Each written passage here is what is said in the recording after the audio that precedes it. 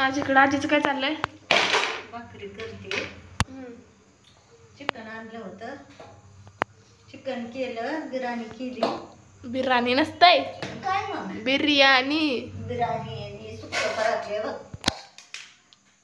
आणि ही भाजी पातळ केली थोडी. उद्या सोमवार आहे ना, मग त्यामुळं. आणि इकडं बिर्याणी दाखव बरं तू. मम्मी पण आहे. मी शिवरात सांभाळायला लागते काही आपली बिर्याणी मस्त अशी. या सगळेजण बिर्याणी खायला, सुक्क पातळ बिर्याणी संपणार नाही एवढा मला. बसले निवांत निवांत. शिवराजला सांभाळायला होती, धार काढायची ना. आता शिवराजला सांभाळायला घेतली ना. आजी म्हणते मी करते तर भाकरी. मी बसले शिवराजला घेऊन गेलते ना. हा, शिवराजला पप्पांना घेतलं, मग मी आली इकडं परत. तर आजीनं भाकरी पार थापून होती.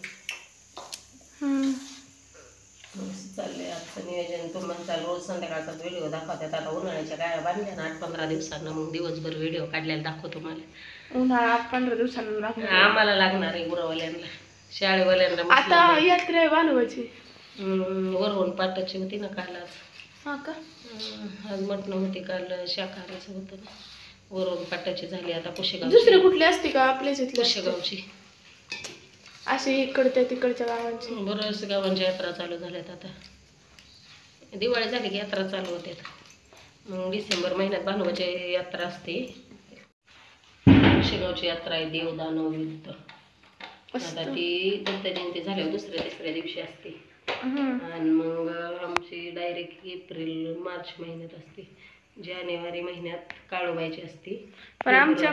फेब्रुवारी महिन्यात आमच्या शिवच्या मामाच्या इकडचे पण असते, वीरच्या असते. आणि मार्चमध्ये आपल्या इथले असते. एप्रिलमध्ये नसते कोणाची. मे मध्ये डायरेक्ट सगळ्यांची अष्टमी चालू होते. सगळ्या गावाची यात्रा एका दिवशी. आणि ना ही यात्रा आमच्या गावाचीच असं, म्हणजे असं आमच्या पण गावाची असल्यावर वाटते. कारण आमच्या गावाची बकरी पण असतात ना काय काय तिथं. बकरी कापतात ना आमच्या इथं ना. गावामध्ये ज्यांना मुलगा होईल ते बकरी कापतात. पण मी मुलगी झाल्या कापली होती. आणि आमच्या दिदीच भानुबाच्या नवसाची. दादाचे नाही कापलं, दादूचं काळूबाईला कापलेलं. पण दिदीचं कापलं होतं दादाला. खूप दादाच्या नेवाऱ्या. या वर्षी शिवच्या मोठ्या मम्मीचे यात्रा.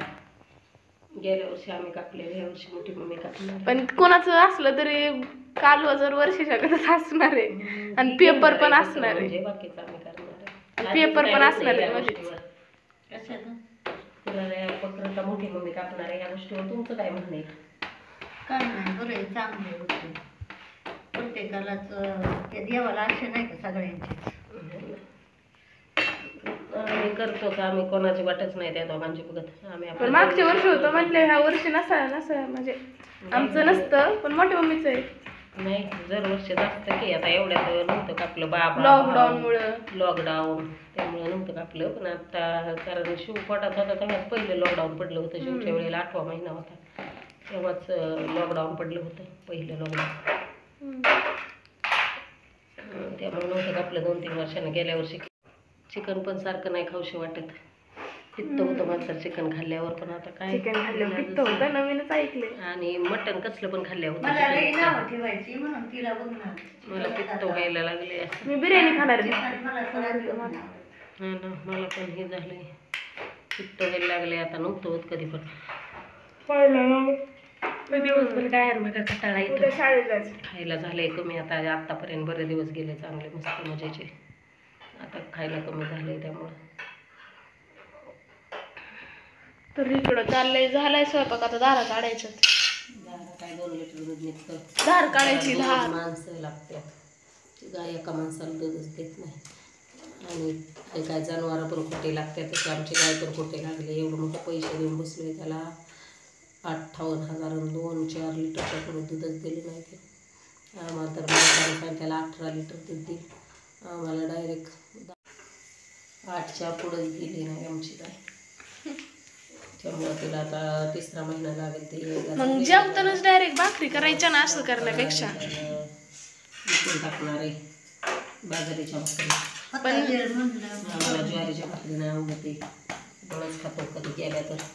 असं मटण बिटन काय असलं तर मग चिकन असलं तर ज्वारीची भाकरी पंचात लागते ती गरम गरम खायला मग चांगली लागते पण पंचात लागते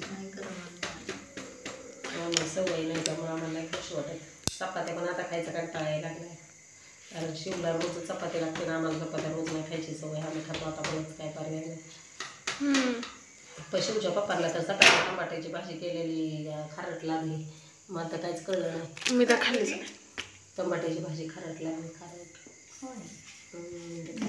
केले खारट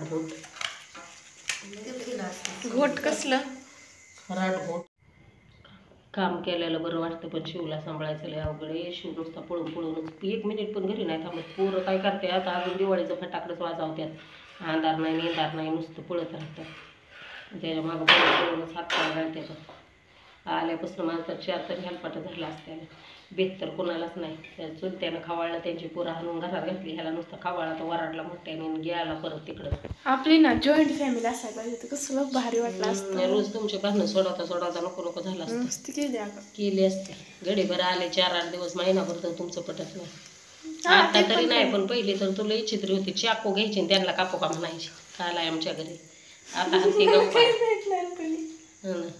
लहानपणी म्हणजे आता करते का तरी आता करते का आता त्या राहिल्याच येत नाही त्या बी मोठ्या झाल्या त्यांना बी त्यांचं आहे माग त्यांना त्या पण मला तशाच करायचे पण आता त्यांना पण कळतं तू भाकरी मला का पण सोलते कळतं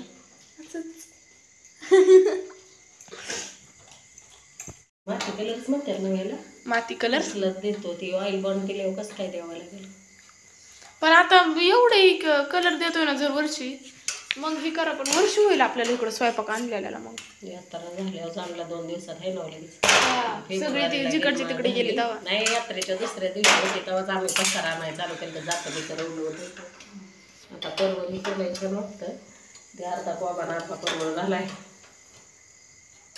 तिकडं तर काय उपयोग नाही त्याचा व्हायचंय ती सगळी गाणी इकडंच होती तरी ती पण काय त्याला आता केला इकडं बोलायचं आहे इकडं तोंड करून इकडं तोंड करून स्वयंपाक पाहिजे खरं आता इकडंच ठेवायचं माझ्या डोक्यात आले इकडं ठेवायचं बाथरूमच्या भिंतीला म्हणजे बाथरूमच्या भिंतीला पण स्वयंपाक असतो का नाही काय माहिती आम्हाला काही शास्त्र एवढं काय बाथरूमच्या भिंतीला नको कसं तरी कसं नियोजन होईल तसं ठेव माझ्या डोक्यात आमचं फ्रीज इथं ठेवायचा म्हणजे बाहेर खोटं येते घरात जाईल अरे फ्रीज इथं कशाला अजून अडचण आता काय नको जेवाय पण नाही बसता येत लागते ना तसं असेल तसं व्हिडिओ आवडला असेल तर लाईक करा चॅनलला नवीन कोण असाल सबस्क्राईब करा आणि कमेंट करायला विसरू नका बाय बाय